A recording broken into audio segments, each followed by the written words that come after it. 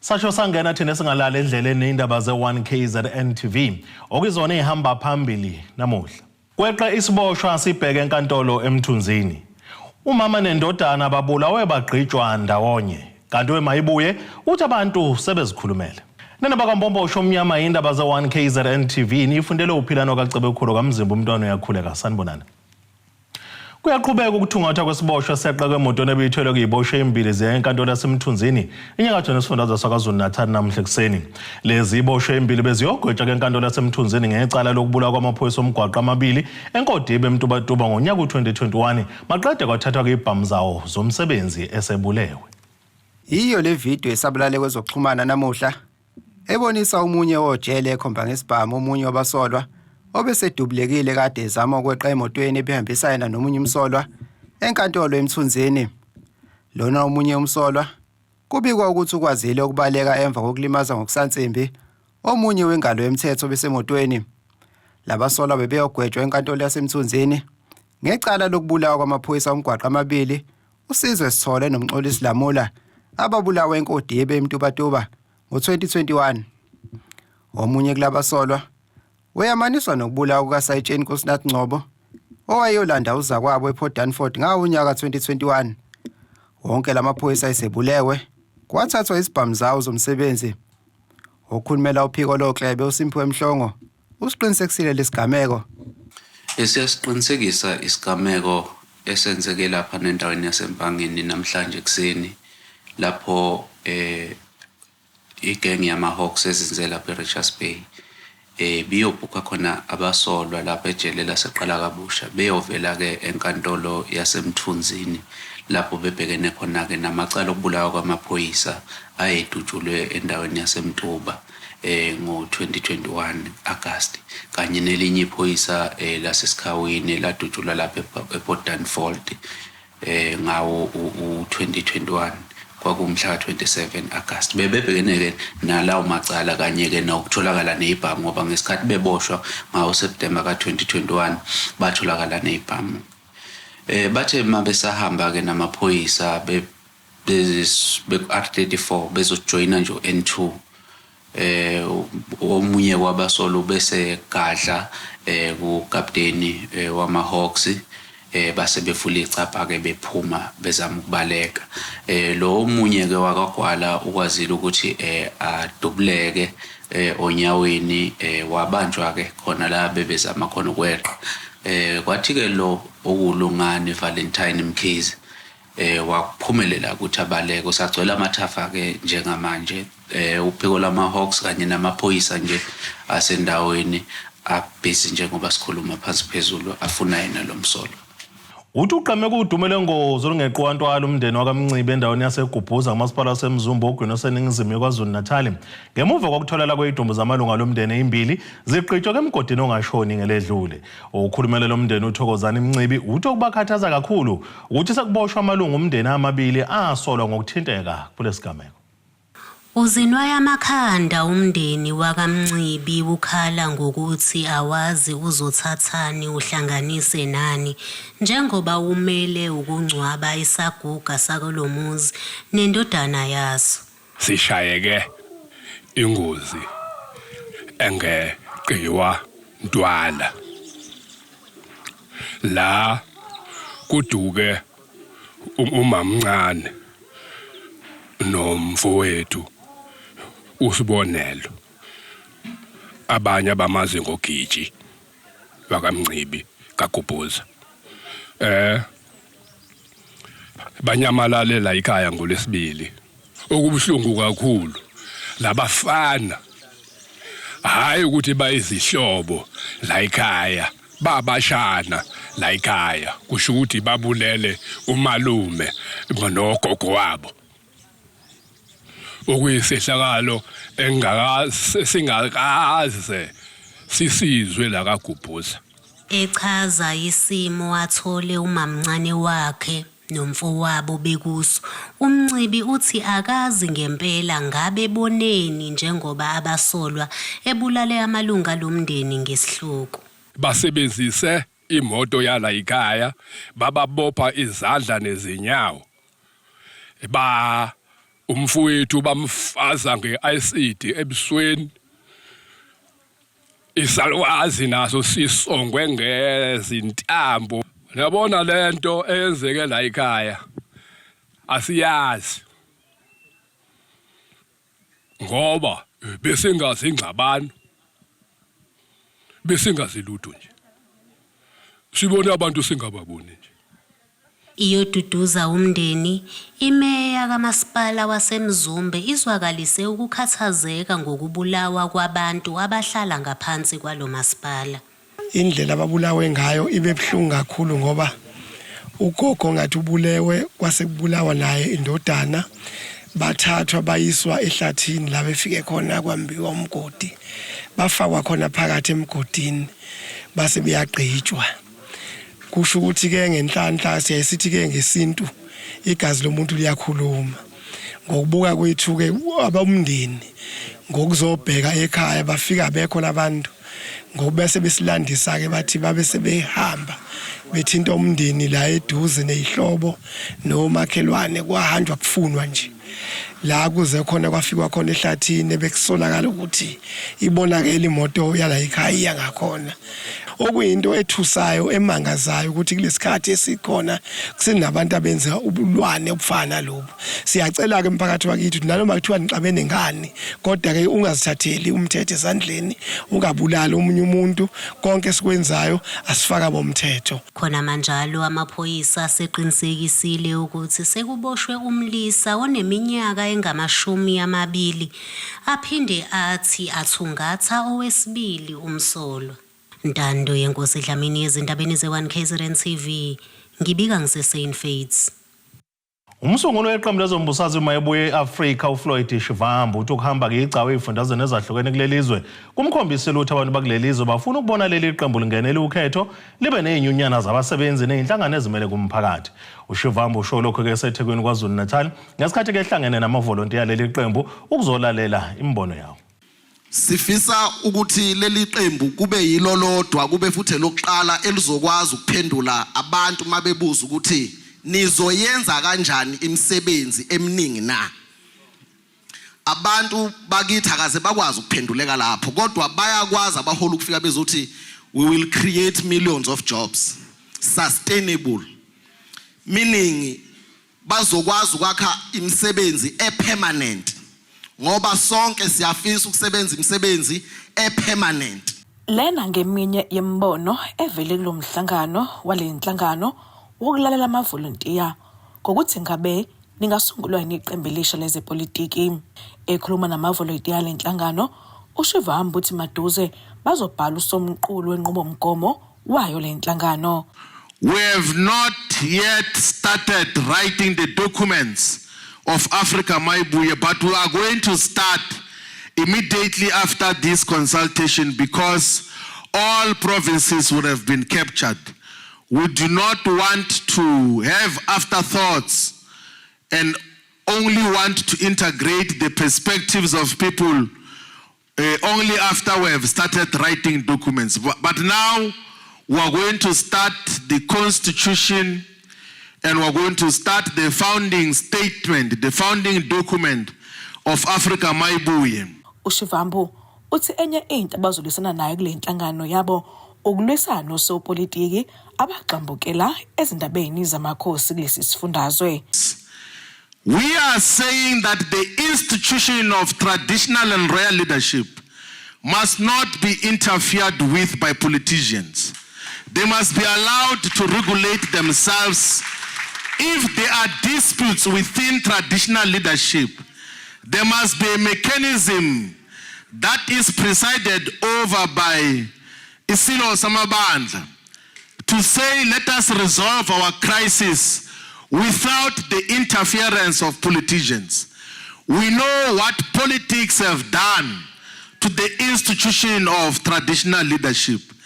So we are saying decisively that the politicians must stay out of the institution of traditional leadership and allow traditional leaders to regulate themselves and give them proper responsibilities on how they must handle their own affairs. Isifundazwe KwaZulu-Natal bengesokugcina ukuqhuba uhlelo lokulalela lokuthi lisungulwe yini iqembu elihle lezepolitiki njengoba bekade sebeyihambelile zonke izifundazwe. Kodwa Sibisi wezindaba ze1 KZN TV kuChannel 261 ngiseThekwini. Bakhale ngehlamba sodlamela obulili njengezinye zengqinamba ababhekene nazo abesifazane ngesikhathi kuqhubeka umcimbi wokubungaza inyanga yabo endaweni yaseNdwedwe KwaZulu-Natal. Abesifazane abebeyingxenye lomcimbi bakhuthazwe baphinde bahlonyiswa ngamasu okuzithuthukisa. Kube yinjabulo abesifazane behlangene ukubungaza inyanga yabo bekhuthazana futhi behlomisana ngamaqhinga okuzithuthukisa. Isikhathi esiningi besingenayo lemicimbi nje endaweni yethu. So kwaba khona ukuthi kuvela umbono wokuthi singabantu besifazane baseNdwedwe sinayo yonke imaterial esinayo yabantu esingabasebenzisa uma ngabe sinemicimbi and nathi siyadinga ukuthi siye emadolobheni ngoba sithanda not ngoba singazi ukuthi ekhaya lethu kwenziwani. So namhlanje na ke sizobungaza usuku lwethu sabantu besifazane and so empowerishana okudlula konke ngoba kulomhlaba esiphila kuwona njengamanje kudinga umuntu wesifazane osabalele. Imswenko kaNokusho izigqoko ezinhlobonhlobo, imidanso, izinkondlo, izinkulumo ezakhayo nokunye okuqhakambisa ke ukubaleka kwembokodo kakusalanga ngaphandle. Ilungu lesishamthetho saKwaZulu-Natal likhuthaze abebeyingxenye lomcimbi ukuba ke bangavumeli ukucindezelwa ngenxa yobulili. Musu intimidate umuntu wesilisa. Again, abantu besifazane banenzondo. Sinenzondo towards each other.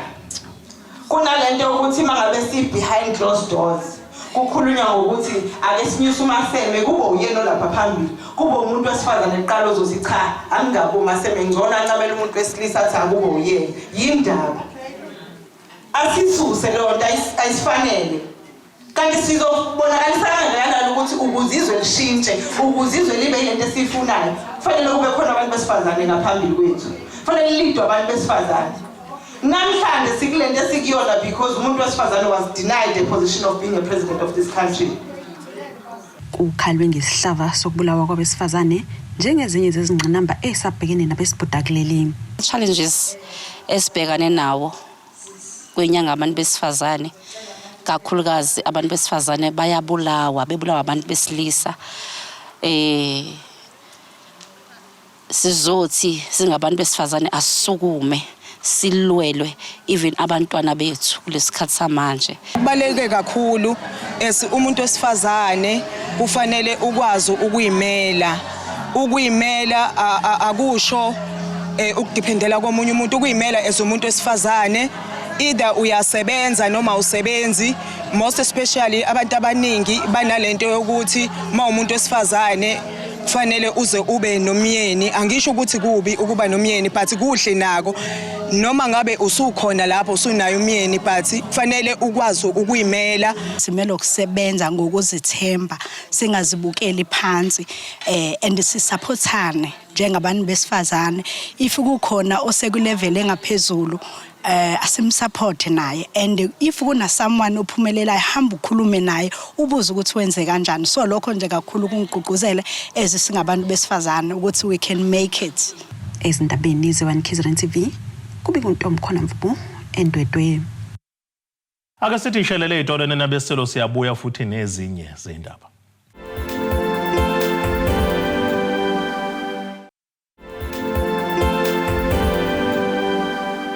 Asibonga siphinde sinamukele futhi kwindaba zethu ze1 KZN TV.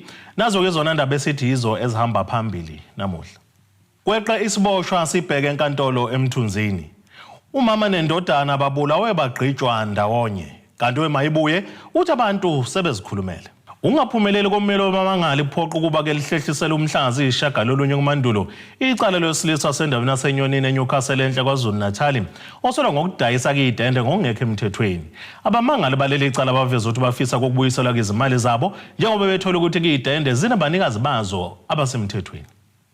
Bazwakalisa ukungenama bathenga izitende kumuntu eNyonini eNewcastle njengoba bethola ukuba lezi zitende zinabanikazi. Ngathi mangisithenga istendi ngasithenga kumuntu wangisusa wangisa kubameli mase yakubameli sasayina ngathemba nami ngoba ngithathwe induna yenkosi yakhona eosizweni ukuthi ngihambe siyothenga istand. Ngiyathemba nami ngoba induna engirifeke kuyena lo muntu for istand. So ukusithenga kwami base meeting zoqala sengizokwakha sekuyafika abantu ababili bathi istand asibelongi kulomuntu ongidayisele, istand sibelonga kubona. So yama kanjalo into yethu. So engikutholayo ke mase ngikuthola kulabo abayabanikazi bestand bayangitshela ukuthi ene akusimina ngedwa, ama victim maningi kodwa ba estimate ukuthi mhlambe ala ko 14 for ama females then ama males awu3.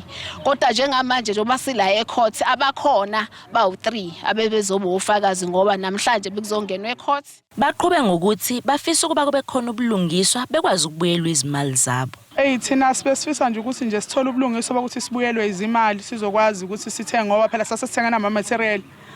Yabona so siyarenta even kuma hardwares.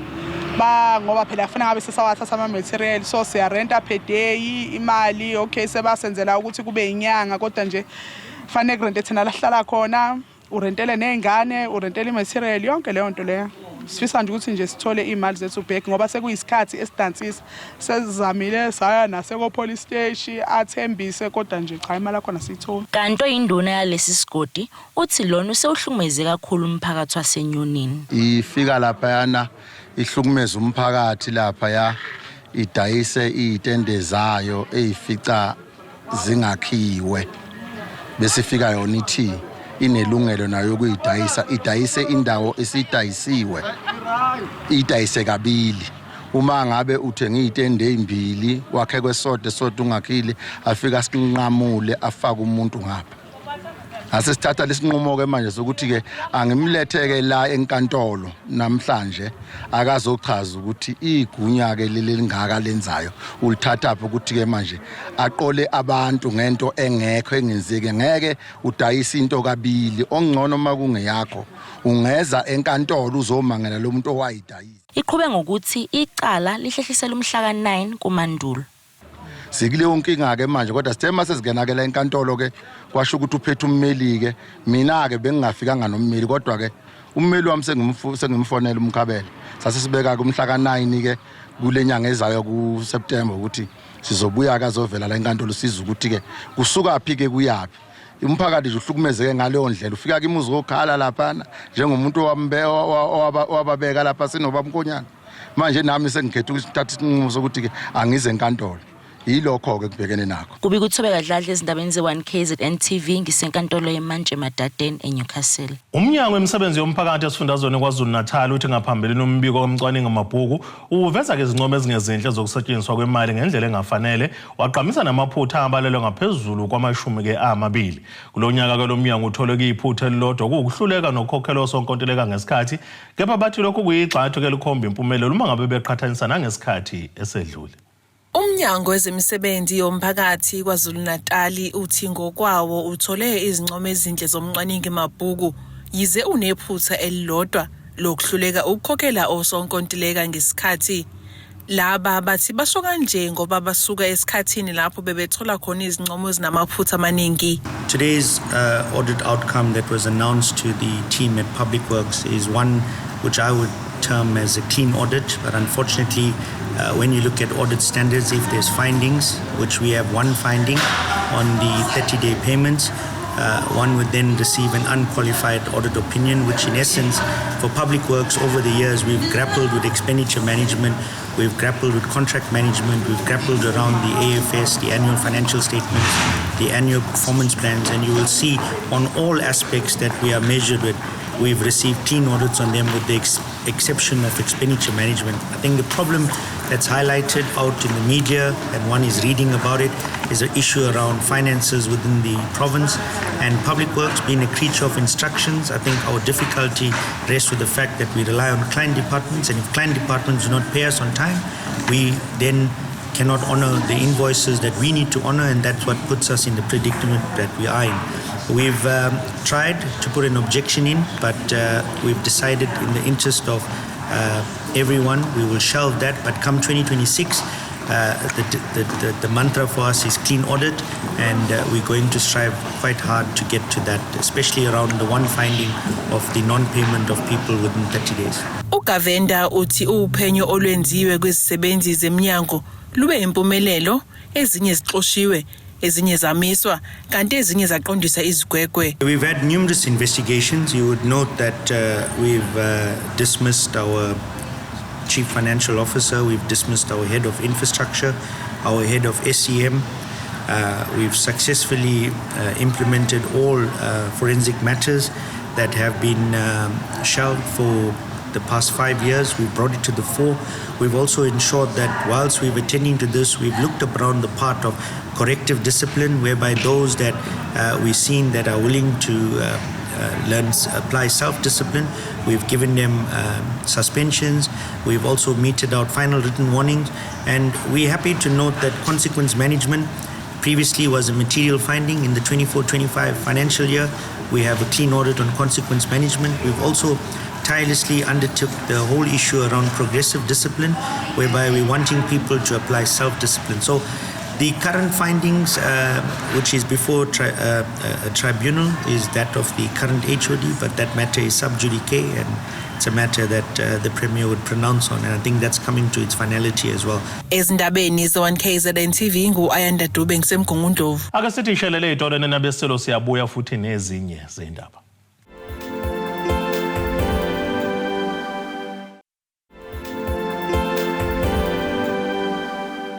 Asibonge siphinde sinamukele futhi kwindaba zethu ze1 KZN TV. Nazo ke zona ihlokwana zethu esithi izo ezihamba phambili namuhla. Kweqe isiboshwa sibheke enkantolo eMthunzini. Umama nendodana babulawe bagqitshwa ndawonye. Kanti wemayibuye uthi abantu sebezikhulumele. Ake sibheke engosini yezomnotho.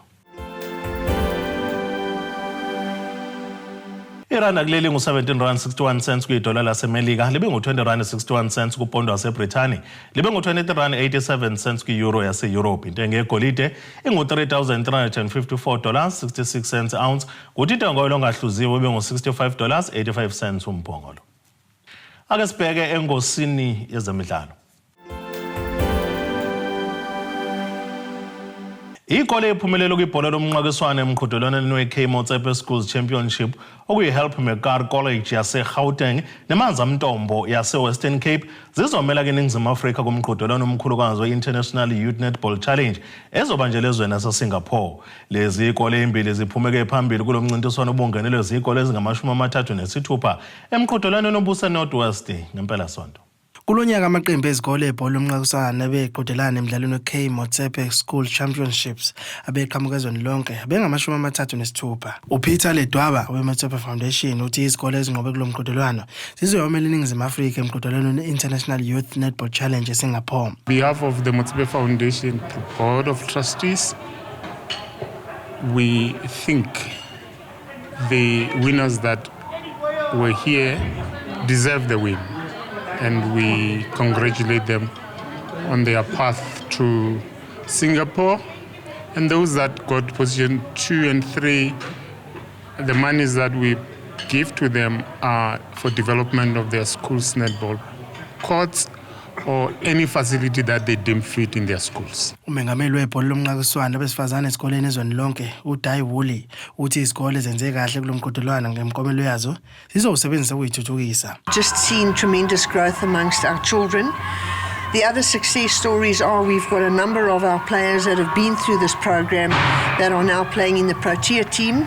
In fact, our national under-21 team that's going to Gibraltar shortly, all but one come through the ranks of schools. Izinhlaka ezibambe iqhaza kulo mqhudelwano zincome igalelo lawo ekuthuthukiseni abafundi kwezemidlalo esikoleni. Inclusivity and exposure help these young girls, because now some of them, when they win these competitions, they go overseas.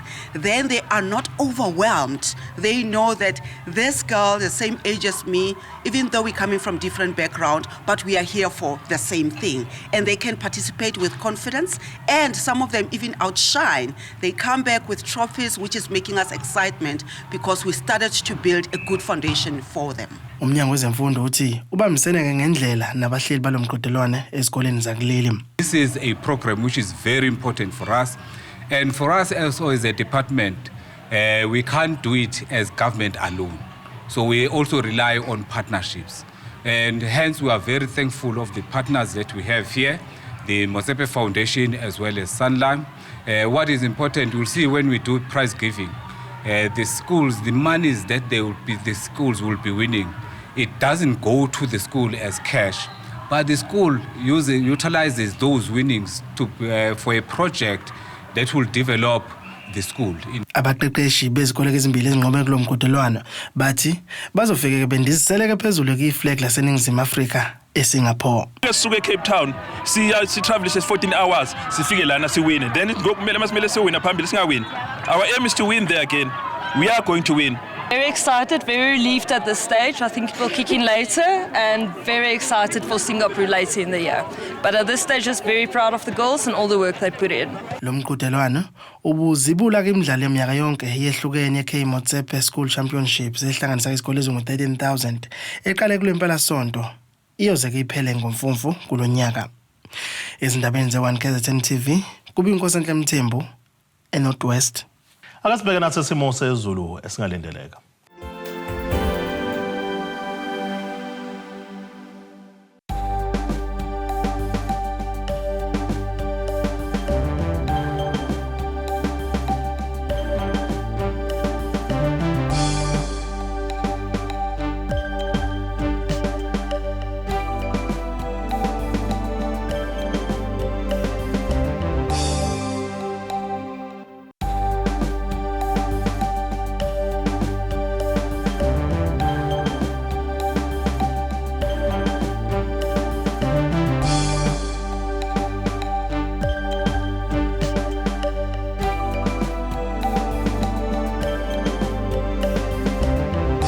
Nina bomlilo othatha oshisa ikhotha zasedlebe kokoshane esemabedlano kamzimba umntwana nethemba lonke nje le indaba sithi khumu. Abethuli bethu bezindaba baxhaswe iThulis Bayview Bridal. Ungabashayela kulezi zinombolo ezivelile.